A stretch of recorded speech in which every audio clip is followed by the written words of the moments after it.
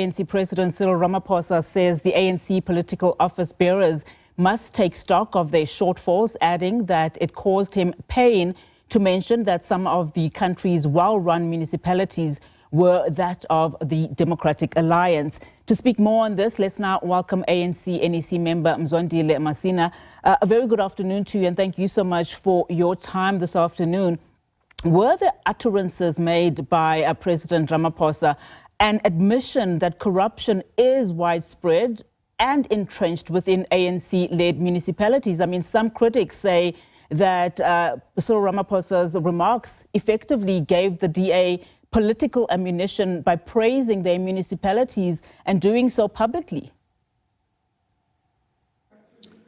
Look, the president was speaking to give the councillors of the ANC marching orders, and he referred to one incident in a very long speech that he gave. So when he spoke about issues of audit, and then he said that we can learn a lot from Cape Town, city of Cape Town, not from the Democratic Alliance. It is run by them. And then it was blown out of proportion, in our view, as the ANC, to suggest that the president of the ANC has got confidence in the Democratic Alliance, which is not the case. The issue here is that there are a lot of measures that are looked at when you look at the issues of local government to measure the satisfaction of the citizens, including independent satisfaction survey and so on and so on. SALGA and other credible institutions run also different other surveys to come to the conclusion whether or not you can learn from one municipality. The fact is that on all other indicators, the ANC-led government we are doing very well. But on the audit outcomes, that's where we are lacking short. So when the president was making that reference on the audit, it was then taken out of context as if he suggests that the DA is much better than the African National Congress, which is not the point. But it certainly came out as such, because, I mean, you will see also that some ANC leaders too took to social media, some voicing their opinions, saying that the president may have been misled. And I mean, what does that then say in terms of their interpretation of what was said? Because as you would see, a lot of analysts also agreeing with what the president has been saying in terms of finally this is an acknowledgement that the reason that most ANC-led municipalities are because of systemic corruption. Look, the committee I served on local government presented over the past 2 days, over the weekend before Monday, a 384-page on local government, where we analyzed all sorts of problems of local government. And the president was in the meeting, and he was fairly briefed about issues that pertain to that, because this was a process. This was a process that was meant to be honest. He reflected on that, but obviously, as I said, that then other things were taken out of context. The issue here is that where there have been wrongdoings, the African National Congress has been the first to admit, and we are saying that all those who have done wrong in terms of local government under our name, they must face the music. But there are a lot of areas of best practice where the African National Congress has done very well.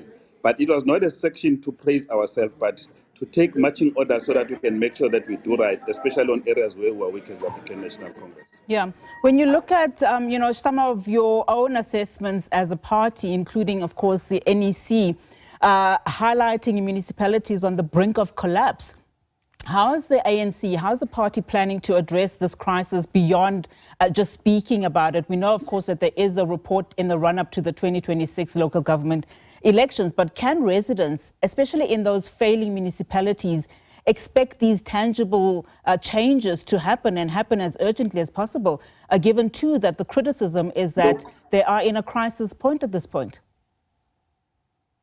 Look, there is a crisis in a number of municipalities. Some is systemic.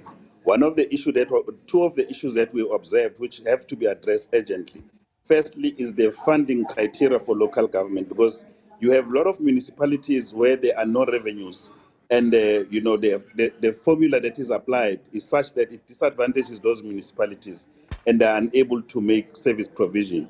Secondly, we have insisted through the president and the report that was adopted by the NEC that the issue of ensuring that in all municipalities, the issue of repairs and maintenance must be standard across the country so that we can ensure that before you can build any new infrastructure, we focus on ensuring that we can maintain the existing infrastructure, which has been the main problem that we face. If we can resolve those two problems, I have no doubt that leading to 2026 local government, many South Africans are going to see change.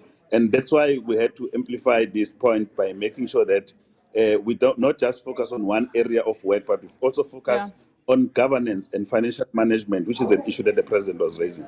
Given the fact that you just made those statements in terms of having identified some of those municipalities in crisis, the question then becomes, what consequence management should South Africans expect to see in real terms if, for instance, councillors or municipal officials continue to mismanage funds or even implicated in some syndicates, as the president also alluded to? I mean, will there be suspensions? Will there be some form of having officers immediately removed?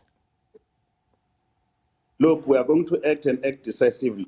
We've made recommendations into the National Executive Committee. In certain areas where we've identified wrongdoings, recommendations have been made, and the ANC, through its structures, will be making necessary announcement in as far as that is concerned. That is one area. But the second area is that we are insisting on much more service delivery oriented, and that everybody must focus on the basic task of the work that we must do for local government.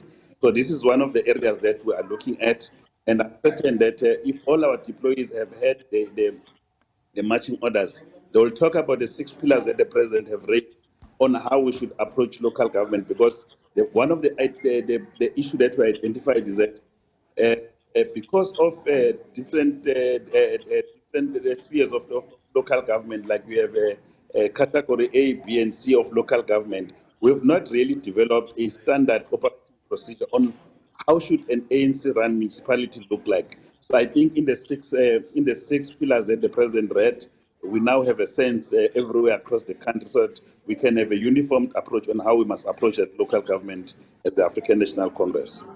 I guess we'll wait and see then to see how that is going to be implemented. But thank you so much, sir, for your time this afternoon.